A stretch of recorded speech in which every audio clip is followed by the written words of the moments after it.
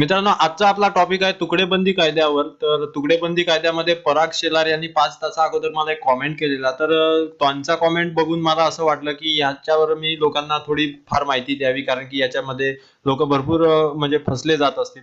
तर तुकडेबंदी कायद्यान्वये 10 गुंठ्यात आतील जमिनीचे हस्तांतर आणि सातबारा नोंद होऊ शकत नाही. मात्र काही लोक खात्रीशीर करून देतो असे सांगतात. यासाठी कायद्याने काही पळवटा आहेत का, ज्याचा वापर करून जमीन सातबाऱ्यावर करता येते? हा यांचा कॉमेंट आहे आणि त्यांनी मला प्रश्न केलेला आहे. तर ह्याच्याच प्रश्नावर मी उत्तर द्यायचा प्रयत्न करणार आहे. का मित्रांनो, लोक काहीही सांगतात पैसे उरकण्यासाठी, कारण की तो त्यांचा धंदा असतो. आणि ती फसवणुकी त्यांची, कारण की तुकडेबंदी झाल्यामुळे त्यांचा आता धंदा जोरात चालू आहे की मी करून देतो आणि मला एवढे पैसे द्या. कारण की आपल्याला गरज असते, त्यामुळे आपण त्याच्या मागे लागतो आणि आपल्याला असं वाटतं की एकदा सातबारा आपल्या नावावर झाला म्हणजे आपण जिंकलो. असं नसतं. हे आपल्याला ऐकायचं की नाही हे तुम्ही ठरवा. सातबारा करून दिला म्हणजे झालं असं नाही.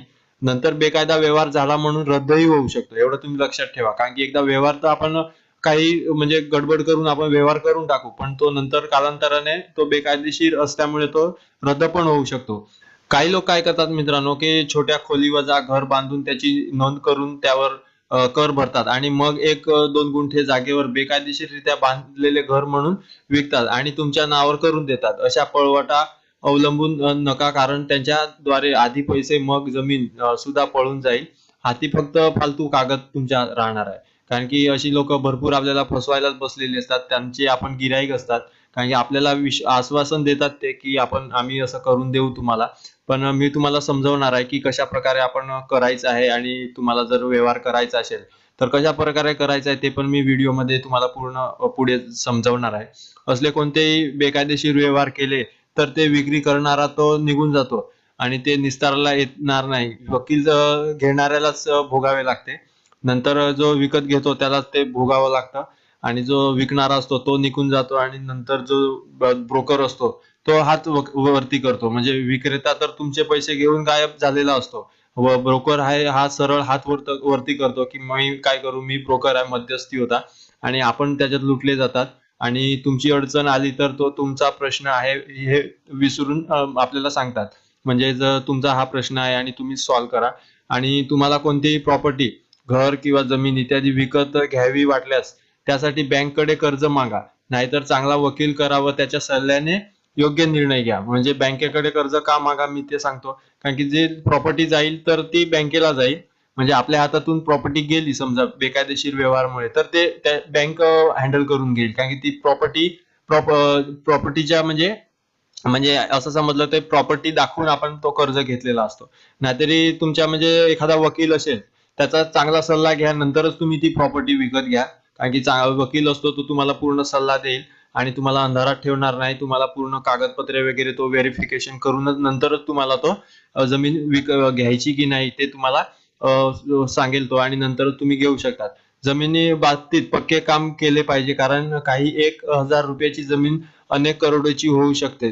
तर मी आता समजवतो की कशा प्रकारे तुम्ही 10 गुंठ्याचा व्यवहार करू शकतील. आता 11 गुंठे तर आपलं आहेच की 11 गुंठ्याचा व्यवहार आपण करू शकतो. 11 गुंठ्याच्या खाली आपण नाही करू शकत. तर त्याच्यात कसं असतं मित्रांनो, त्याच्यात पूर्ण आपल्याला परवानगीची गरज लागते. तहसीलदार असतो, मंडळ अधिकारी असतो, जिल्हाधिकारी असतो, म्हणजे जे काही आपले अधिकारी आहेत त्या सगळ्यांची तिथे सही शिक्का लागतो. आणि जर आपला लेआउट असतो त्यासाठी आपल्याला आपली जी जमीन आहे त्याचा लेआउट पण बनवायला लागतो. त्याचा जी काही टॅक्स असेल तो आपल्याला भरावा लागतो. नंतरच ती परवानगी भेटते. म्हणजे जर 11 गुंठ्याच्या खाली जमीन असेल तर. आणि 11 गुंठे असेल तर तिथे काहीच तुम्हाला प्रॉब्लेम येणार नाही आणि तुम्ही सरळरित्या करू शकणार आहेत. पण 11 गुंठ्याच्या खाली जर एखादा व्यक्ती तुम्हाला सांगत असेल की मी करून देतो, पण काम तर तुमचं होऊन जाईल, नंतर काय होईल की तो बेकायदेशीर व्यवहार पकडला गेला एकदा की तो रद्द पण होऊ शकतो. एवढी तुम्ही काळजी घ्या. मग तुमच्या हातून पैसे पण जातील आणि जमीन पण जाईल आणि नुसतं तुम्हाला फक्त टेन्शन राहील, दुसरं काय तुमच्याजवळ शिल्लक राहणार नाही. की बेकायदेशीर व्यवहार असतात आणि बेकायदेशीर व्यवहार स्वस्त असतात म्हणून लोक त्याच्याकडे आकर्षित होतात. कारण की ते बेकायदेशीर असतात आणि बेकायदेशीर असतात म्हणूनच तिथे ते स्वस्त असतात. पण निरंतर कितीतरी पटीने नंतर ते आपल्याला भोगावं लागतं आणि आपले जे पैसे कष्टाने कमावलेले असतात ते मग आपल्याला गमावे लागतात. बेकायदेशीर व्यवहारात फार नुकसान होऊ शकते, याचे भान ठेवले पाहिजे आपल्याला. भलतेच लोक मग त्यात घुसतात, भाई वगैरे मग त्याच्यात इन्व्हॉल्व होतात, मग हिंदी तो म्हणतात लेने के देने पड जाते है, भीक नको कुत्रा आवर असे मग म्हणावे लागते आपल्याला. मित्रांनो, मी घाबरत नाहीये, पण मी तुम्हाला काय समजवतो की जे महाभारतचे युद्ध पण जमिनीमुळेच घडले होते, त्यामुळे जमिनीबाबत व्यवहार स्वच्छ आणि तो रोखच असला पाहिजे. नाहीतर ध्यानी-मनी नसताना काहीतरी उपटते व मनस्ताप, टेन्शन आणि कायद्याचे कचाट्यात आपल्याला मग जायची वेळ येते. काहीही कारण नसताना, म्हणजे आपलं काहीही कारण नसते तरी आपल्याला कायद्याच्या कचाट्यात आपल्याला जावं लागतं. पश्चाताप करायची पाळी न आणता चांगल्या वकिलाकडे थोडा खर्च करा आणि बऱ्याच त्रासातून तुम्ही सुटका घेऊ शकतात. म्हणजे तुम्ही जर एखादा चांगला वकील घेतला आणि त्याचा जर सल्ला तुम्ही घेतला, तर तुम्ही त्याच्यात फायद्यात राहू शकता. जमिनीपासून लाभ व आनंद मग तुम्हाला मिळू शकतो. नाहीतर एखादी जमीन तुम्ही घेतील आणि नंतर तुम्हाला त्याचा आनंद भेटणारच नाही. जर तुम्हाला टेन्शनच राहील, तर ती जमीन घेऊन काही फायदाच राहणार नाही. तर यासाठी मी तुम्हाला सांगतो, बाकी तुमची मर्जी, तुमचे पैसे आहेत, तुम्ही काहीही करू शकतात. पण माझं असं आहे सल्ला द्यायचं काम, म्हणून मी सल्ला देत आहे. जर सल्ला तुम्हाला आवडला असेल तर नक्कीच लाईक करायला विसरू नका आणि कोणी चॅनलला नवीन आलं असेल तर नक्कीच सबस्क्राईब करून ठेवा. असेच कायदेशीर आणि आपल्या जमिनीबद्दलचे तुम्हाला व्हिडिओ या चॅनलवर तुम्हाला वेळोवेळी बघायला भेटणार आहेत. तर आजचा प्रश्न होता, तर मी त्याच्यावर तुम्हाला पूर्ण माहिती दिलेली आहे. तर माहिती आवडली असेल तर लाईक करायला विसरू नका. तुमच्या मित्रांजोडीला पण शेअर करा, म्हणजे त्यांना पण ही माहिती समजू द्या.